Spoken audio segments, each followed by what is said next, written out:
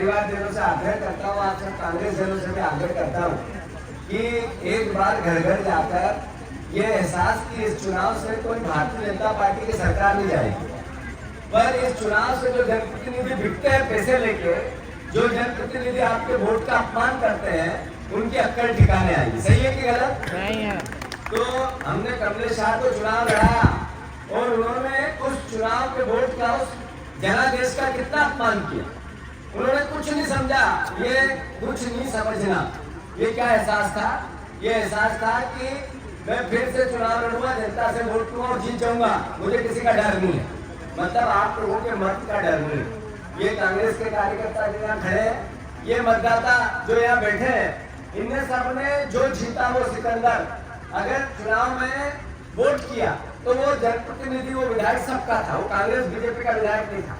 तो मैं बीजेपी के परिवार के जो साथी है इस गांव के, उनसे मैं अनुरोध करना चाहता हूं कि अगर इस तरीके से जनप्रतिनिधि बिकते रहे, दल बदल करते रहे, तो जो आप मेहनत, आज ये घटना कांग्रेस के साथ हुई है, कल बीजेपी के साथ होगी, तो जनप्रतिनिधियों का जो एहसास है, जो उनका डर है, जो मत के अधिकार का उपयोग है, उसकी ताकत है, वो धीरे से समाप्त हो जाएगी।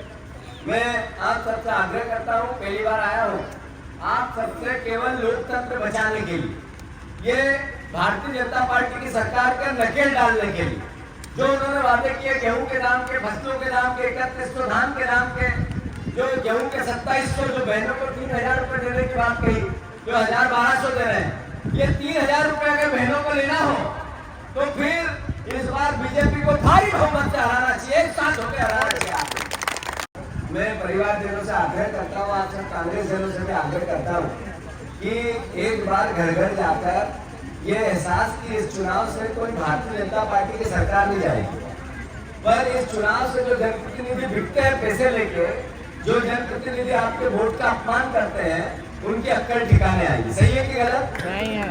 तो हमने कमलेश शाह को चुनाव लड़ाया और उन्होंने उस चुनाव के वोट का, उस जनादेश का कितना अपमान किया। उन्होंने कुछ नहीं समझा, ये कुछ नहीं समझना। ये क्या एहसास था? ये एहसास था कि मैं फिर से चुनाव लड़ूंगा, जनता से वोट लूंगा और जीत जाऊंगा, मुझे किसी का डर नहीं है। मतलब आप लोगों के मत का डर नहीं। ये कांग्रेस के कार्यकर्ता जो यहाँ खड़े हैं, ये मतदाता जो यहाँ बैठे हैं, इनने सबने जो जीता वो सिकंदर, अगर चुनाव में वोट किया तो वो जनप्रतिनिधि, वो विधायक सबका था, वो कांग्रेस बीजेपी का विधायक नहीं था।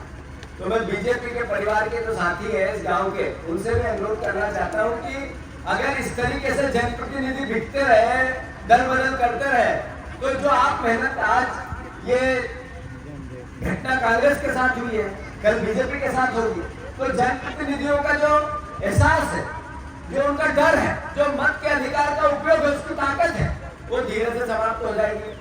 मैं आप सबसे आग्रह करता हूँ, पहली बार आया हूँ, आप सबसे केवल लोकतंत्र बचाने के लिए, ये भारतीय जनता पार्टी की सरकार का नकेल डालने के लिए, जो उन्होंने वादे किए गेहूं के दाम के, फसलों के दाम के, 3100 धान के दाम के, जो गेहूं के 2700, जो बहनों को 3000 रुपए देने की बात कही, जो 1200 दे रहे हैं, ये 3000 रुपए अगर बहनों को लेना हो तो फिर इस बार बीजेपी को भारी बहुमत से हराना चाहिए, एक साथ होकर हराना चाहिए।